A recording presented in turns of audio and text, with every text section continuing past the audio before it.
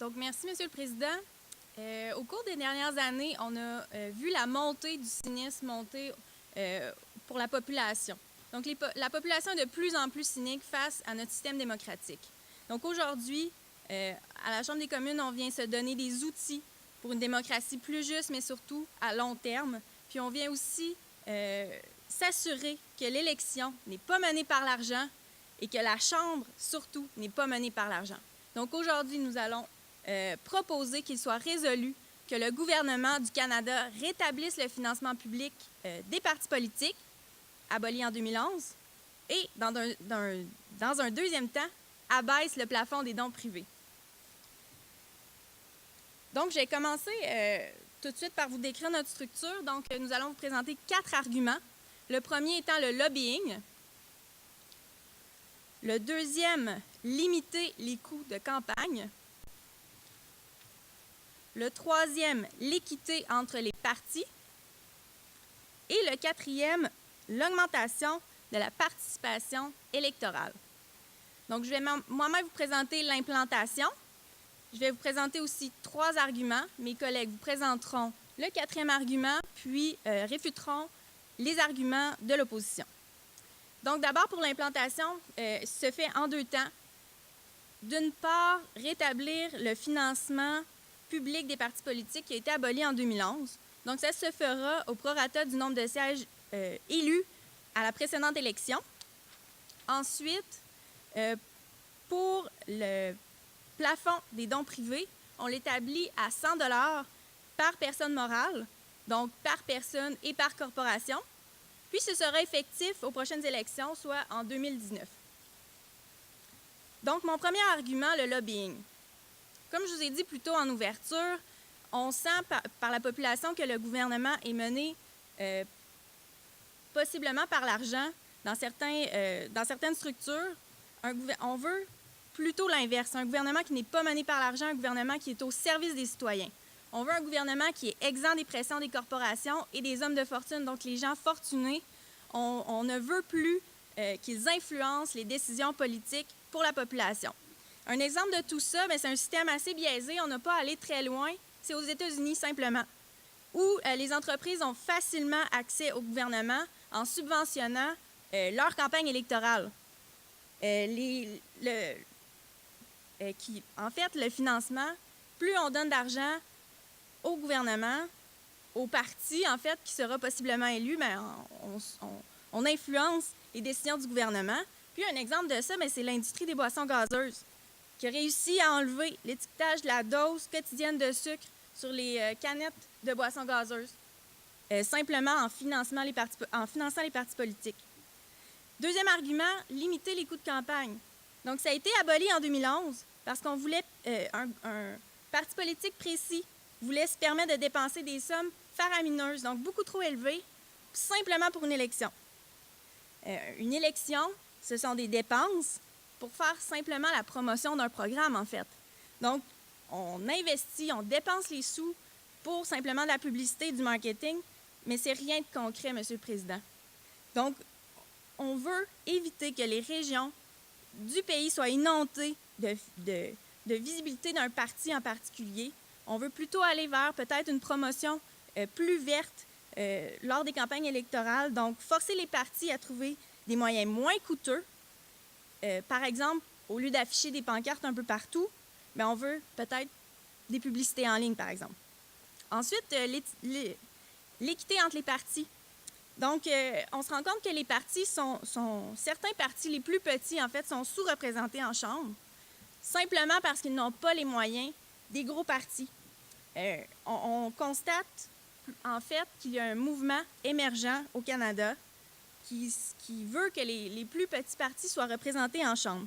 Puis, le mouvement, en fait, madémocratie.ca, les résultats préliminaires de tout ça indiquent le désir des Canadiens de voir ces petits partis avoir une voix à la Chambre des communes. Donc, pour ces raisons, Monsieur le Président, ce projet doit passer. On se donne des outils aujourd'hui, on a une vision à long terme pour que les élections puis la Chambre ne soient plus menées par l'argent.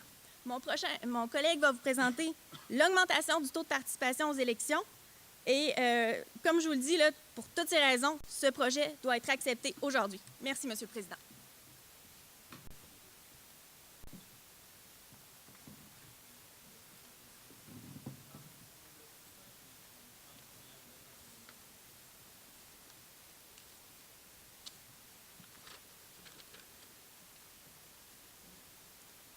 Merci, Monsieur le Président. Aujourd'hui, nous faisons face à un projet qui vient ébranler l'intégrité de notre système politique. En effet, à l'opposition, nous allons vous présenter nos arguments pour lesquels nous sommes contre ce projet, car nous croyons réellement que le projet proposé aujourd'hui va avoir des effets néfastes et comporte également des motifs cachés qui n'ont pas été mentionnés par le gouvernement, mais sur lesquels nous apporterons certaines précisions. Donc, comme je vous l'ai dit, aujourd'hui, nous sommes contre le projet du rétablissement du financement public des partis politiques et l'abaissement du plafond des dons privés. Nous allons appuyer notre thèse à l'aide de 4 arguments principaux. Dans un premier temps, un argument d'ordre éthique. Ensuite, l'argument de l'obstacle à la démocratie. En troisième lieu, les dépenses publiques. Et nous compléterons avec la liberté d'expression. Donc, si vous me permettez, Monsieur le Président, je vais commencer en vous parlant de l'éthique. Lorsqu'un parti est porté au pouvoir, ce parti doit conclure avec la population un code éthique. Il doit faire en sorte que la population ait confiance en lui, car la démocratie, c'est un vote de confiance.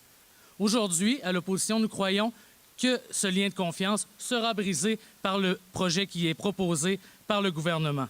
Rappelons-nous, la confiance et l'éthique, c'est l'essence même de la démocratie. C'est ce qui lui donne son sens. C'est pourquoi nous croyons qu'il y a un grave problème dans le projet qui est proposé. On a également parlé de la diminution du plafond des dons privés. On s'attaque au mauvais problème, Monsieur le Président. On nous parle d'intégrité, que le gouvernement est contrôlé par l'argent.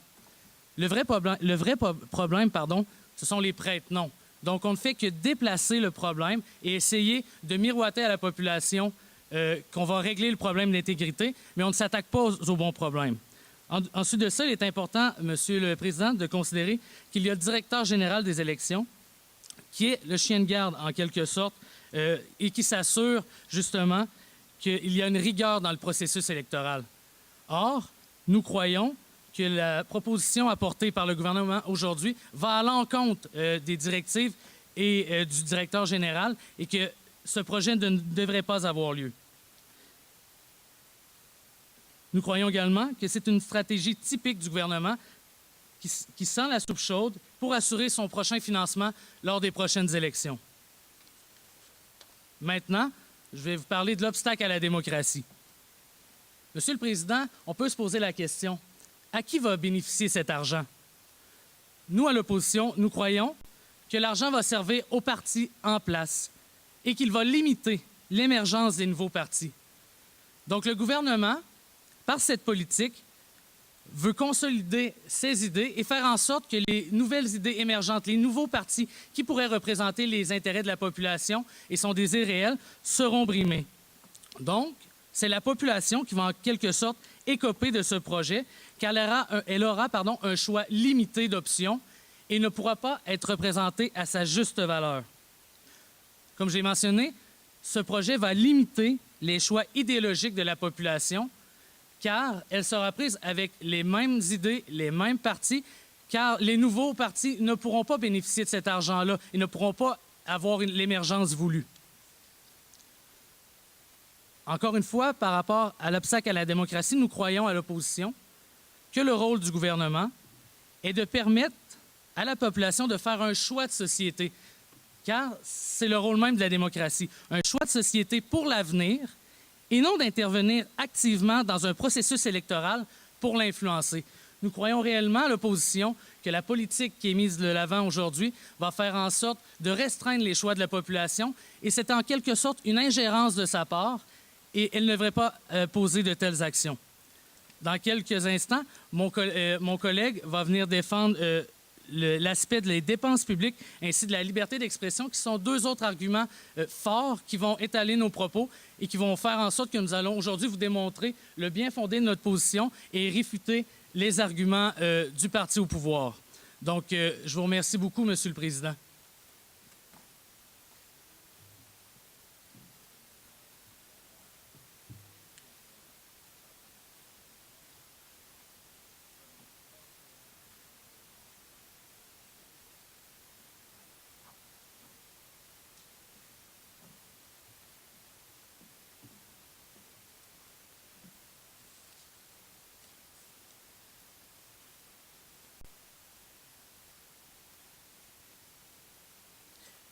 Merci, M. le Président. Je crois qu'à l'opposition, on a un peu d'amis, en fait, on a beaucoup d'amis dans les corporations, parce qu'on voit clairement que leur financement est principalement basé sur les dons que font les corporations à leur parti. Je vais structurer mon discours en, premièrement, énonçant le quatrième argument du gouvernement, puis en réfutant le premier argument de l'opposition. Donc, le quatrième argument du gouvernement est l'augmentation de la participation aux urnes. En fait, c'est un argument qui est vraiment très simple. C'est un simple cause à effet. En ce moment, il y a moins de 70 % de la population qui vote aux élections. Dans un pays où la démocratie est l'un de nos fondements, on croit au gouvernement que c'est un taux qui est beaucoup trop faible. Et ce faible taux est majoritairement lié au fait que les jeunes ne votent pas. En fait, les jeunes entre 18 et 25 ans sont seulement près de 30 % à voter. Donc, c'est extrêmement faible, Monsieur le Président. On croit également au gouvernement que une des raisons pourquoi ce taux est faible est que dans les années précédentes, il y a un cynisme qui s'est installé auprès de la population envers le gouvernement. Ce cynisme-là est principalement installé parce que, justement, les contribuables croient que le gouvernement travaille pour les corporations plutôt que pour la population. Donc, en ayant un meilleur contrôle sur le financement des partis, puis en abaissant le taux de la participation publique, de la participation privée, nous croyons que nous allons aller chercher une meilleure transparence au niveau des financements et que nous allons aller rechercher la confiance des contribuables qui vont abaisser le cynisme, envers les partis politiques. Donc, c'est une simple relation de cause à effet. En allant abaisser le cynisme de la population envers le gouvernement, on va aller augmenter le taux de participation de nos contribuables. Donc, du côté de l'opposition, on nous a apporté un point de vue, un argument d'un point de vue éthique. Premièrement, ils nous ont mentionné qu'on va aller perdre la confiance des contribuables. J'aimerais leur demander en quoi est-ce que avoir une meilleure transparence au niveau des contribuables, au niveau du financement des partis politiques, on va aller perdre la confiance de nos contribuables. Puis, ils nous ont amené un deuxième point qui était par rapport au directeur des élections. Encore une fois, j'ai une autre question pour eux autres. En quoi est-ce qu'on va aller lui enlever ses responsabilités? C'est complètement ridicule. Donc, du côté du gouvernement, on vous a amené 4 arguments, comme quoi que ça allait limiter le lobbyisme, comme quoi que ça allait mettre un frein au coût des campagnes, comme quoi que qu'on va avoir une meilleure équité entre les partis, puis qu'on va avoir une meilleure participation aux prochaines élections. Donc, pour toutes ces raisons, ce projet de loi doit être accepté, M. le Président. Merci.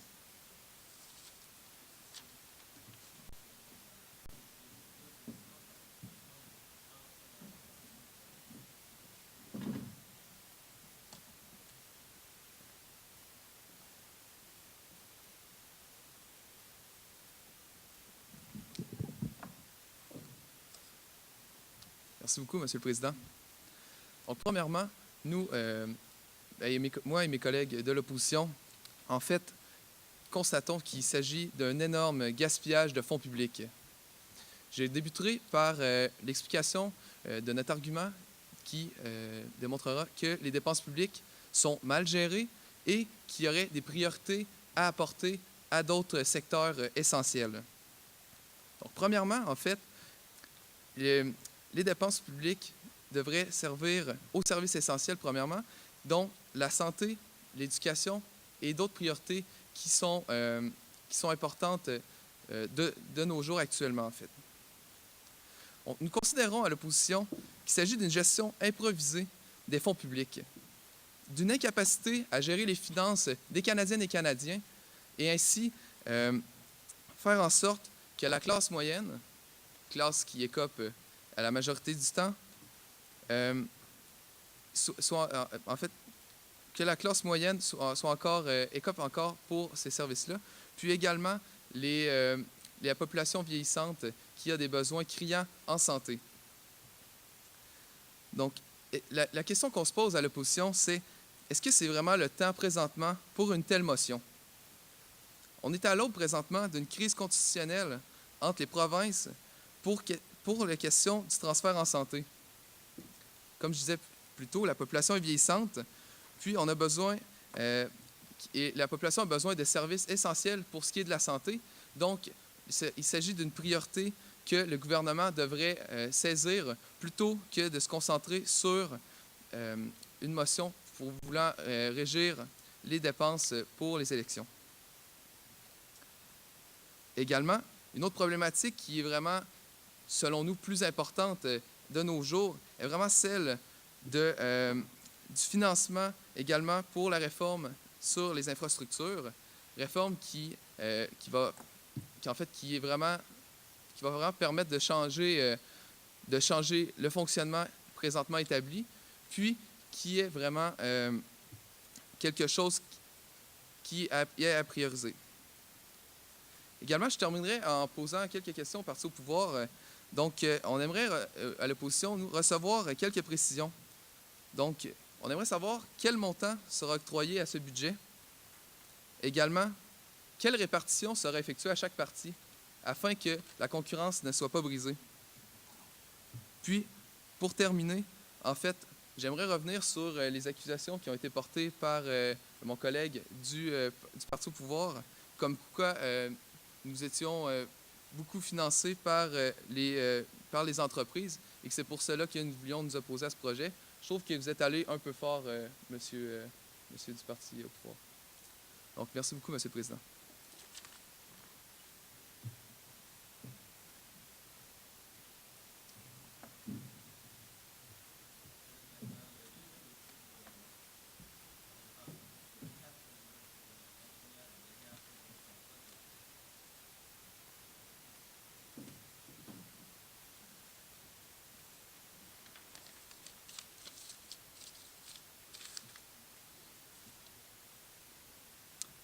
Alors, honorable président d'Assemblée, c'est devant vous qu'on se présente aujourd'hui à nouveau pour recentrer le débat et en fait prouver une bonne fois qu'il est bel et bien notre projet de loi est le meilleur pour que la démocratie canadienne demeure une des meilleures démocraties sur Terre, sinon la meilleure, et que les gouvernements qui sont élus le soient selon les désirs des Canadiens, et bel et bien des Canadiens, car nous rappelons, le gouvernement canadien travaille pour d'abord ses citoyens, non prioritairement pour les corporations. Alors, mon temps de parole aujourd'hui sera divisé ainsi. Je vais en fait réfuter les 3 derniers arguments de l'opposition avant de reconstruire, ou plutôt réaffirmer les 4 arguments qui ont été apportés ici par le gouvernement. Alors, d'abord, au niveau de l'obstacle à la démocratie. On nous a reproché qu'avec notre projet de loi, on allait limiter et empêcher l'émergence des nouvelles idées. L'opposition, ici, ne comprend pas qu'au contraire, actuellement, la situation est que gros portefeuille égale grosse publicité égale impossible de capter et de voir l'idéologie des petits partis. Un bel exemple que je pourrais donner, c'est celui des feuilles sur un terrain, à l'automne. Est-ce possible de voir la couleur du gazon? Non. On est enseveli sur des dizaines et des dizaines de feuilles de couleur. C'est exactement la situation présente au Canada, Monsieur le Président.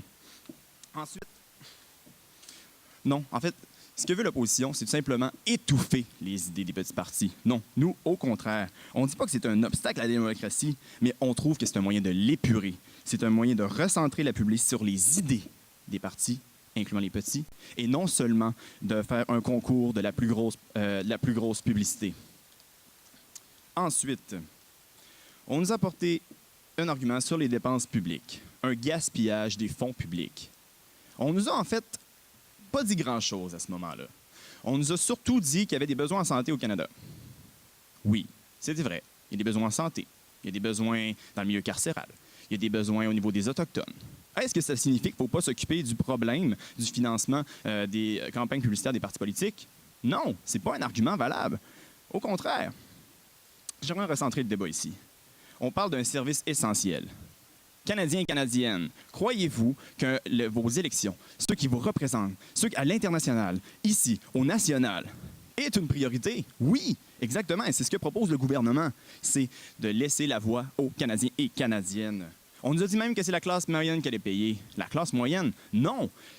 Les fonds qui vont servir à financer les partis politiques proviennent de toutes les formes de rémunération du gouvernement, autant les corporations que les individus.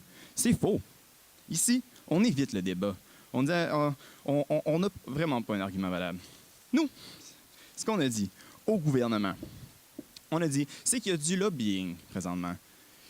Par exemple, on a pris l'exemple des États-Unis, mais les entreprises qui donnent des montants aux partis politiques s'attendent à avoir un retour d'ascenseur. Et ça, c'est le réel blocage à la vraie démocratie. C'est ce à quoi il faut s'attaquer. On ne veut pas ici que demain matin, les Power Corporation, que ce soit Bell, Rogers ou toutes les grosses entreprises canadiennes ayant assez d'argent pour le faire, puissent mener l'État. Non, on s'y oppose. Ensuite, on a dit limiter le montant des campagnes. C'est faramineux. Des millions qui sont dépensés. En quoi? En rien de palpable, en rien de concret. Non, notre projet de loi permet, en fait, que soient vraiment débattues des idées et non tout simplement des dépenses en campagne. Ensuite, une équité entre les partis. Les partis doivent avoir eux aussi un mot à dire et doivent avoir accès à un financement. C'est ce que nous proposons, Monsieur le Président. Et finalement, une participation électorale. Le cynisme qui est grandissant à chaque jour de nos électeurs, on le veut disparaître. On veut un Canada qui soit exempt de cynisme. On veut que nos Canadiens reprennent confiance en nous. Merci, Monsieur le Président.